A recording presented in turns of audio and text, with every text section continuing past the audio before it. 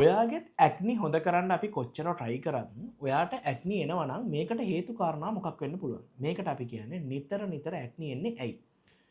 මේ කාරණේ පුරාවට කාරණා කීපයක් කතා කරන්න පුළුවන්. ප්‍රධානම දේ අපි දන්න හෝමෝනල් චේන්ජස්. අපි හැමෝම දන්නවා ලේඩීස්ලට මෙන්සස් කාලේට පිම්පල් එනවා. ඒ වගේ තමයි පිරිමි අපිටත් හෝමෝනල් ෆ්ලක්චුවේෂන්ස් එනවා.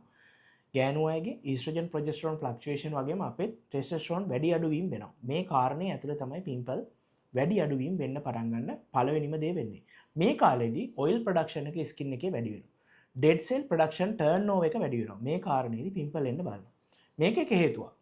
දෙවෙනි කාරණේ එක්සස් ඔයිල් ප්‍රොඩක්ෂන් එකත් එක්කම ටීන් ස්කින් එකක් නම් ඔයාට තියෙනවා. ඔයාට ටීන් ස්කින් එකේදී එක්සස් ඔයිල් ප්‍රොඩක්ෂන් එකත් එක්ක හැමේ ඩෙඩ් ස්කින් ප්‍රමාණය වැඩි වෙනවා. මේකත් එක්ක හැදෙන ඒ කම්බිනේෂන් එකකින් වෙන ප්ලග් එකත් එක්ක බැක්ටීරියා ඉන්ෆෙක්ෂන් වුණාම තමයි ඇක්නි නිතර වැඩි වෙන්නේ. ඉතින් මේ කාරණාව හේතු සාධකයක් තමයි නිතර ඇක්නි වැඩි වැඩියෙන් එන්නේ.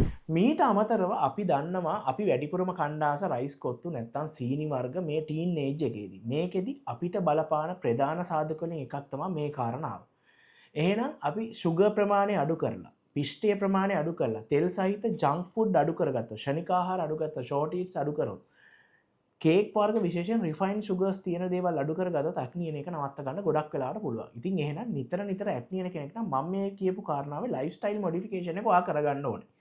මීට අමතරව ඔයා යූස් කරන රූටින් එක චුට්ටක් වෙනස් කරලා බලන්න ඕනේ. සමහර අයගේ ස්කින් එක ඕවර් ප්‍රොටෙක්ටිව් වෙන්න තෙල් වර්ග වැඩිපුර සික්‍රීට් කරනවා. අපි කරන්නේ තෙල් වර්ග වැඩිපුර අයින් කරන එක තව සික්‍රීට් කරන එක වැඩි කරගන්න. එතකොට බ්ලොක් වෙන එකයි දාඩිය ග්‍රන්ථි බ්ලොක් වෙන එකයි ඒකත් එක්ක බැක්ටීරියම් ඉන්ෆෙක්ෂන් එකයි වැඩි වෙන්න හේතුවක් වෙනවා. ඉතින් මේ කාරණා ටික තමයි ඔයා මුලින්ම නැති කරගන්න. මීට අමතරව ෆැමිලි හිස්ටරි එකත් මේකට බලපෑමක් ඇති කරනවා.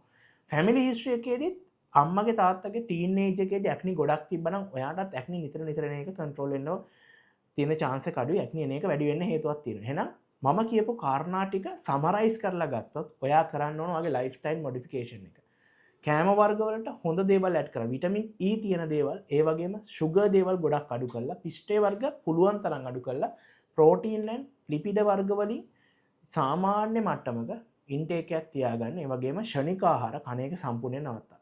මේක තමයි ලයිෆ් ස්ටයිල් මොඩිෆිකේෂන් පැත්ත තියෙන. මේකත් එක්ක කිරි දේවල්, කිරි ආහාර නිෂ්පාදනය සහ කිරි ආහාරවල අපි පාවිච්චි කරනකොට හැදෙන තෙල් වර්ග නිෂ්පාදනයේදී දාන තෙල් වර්ග වැඩි නිසා ඒකෙනුත් අපිට සීබම් ප්‍රොඩක්ෂන් එක වැඩි වෙන්න හේතුවක් තියෙනවා. ඉතින් මේ කාරණා ටික ඔයාට පුළුවන් නම් ලයිෆ් ස්ටයිල් මොඩිෆිකේෂන් එක කරන ඇක්නි නිතර එක නවතිනවා.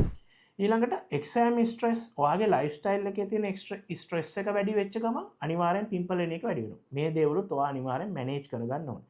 ඊට අමතරව ඔයාට ගැලපෙන රූටින් එකක් ඩ්‍රයි ස්කින් කම්බිනේෂන් තෙල් වර්ග මේ ස්කින් තුනේ කෙනෙක් නම් ඔයාට මොකක්ද තියෙන්නේ කියලා බලලා ඔයා හරියම හෙල්ත් කෙයාර් ප්‍රොෆෙෂන් කෙනා හම්බෙලා ඔයාට රූටින් එක හරියට ලියා ගන්න. මෙතනදී සමහර අයට ඇසලේක් ප්‍රොඩක්ෂන් අපිට ඕන වෙනවා. සමහර අයට නෝමල් ක්ලෙන්ස් එකත් එක්ක මොයිස්චරයිසර් එකත් එක්ක සන්ස්ක්‍රීන් එක ඕන වෙනවා.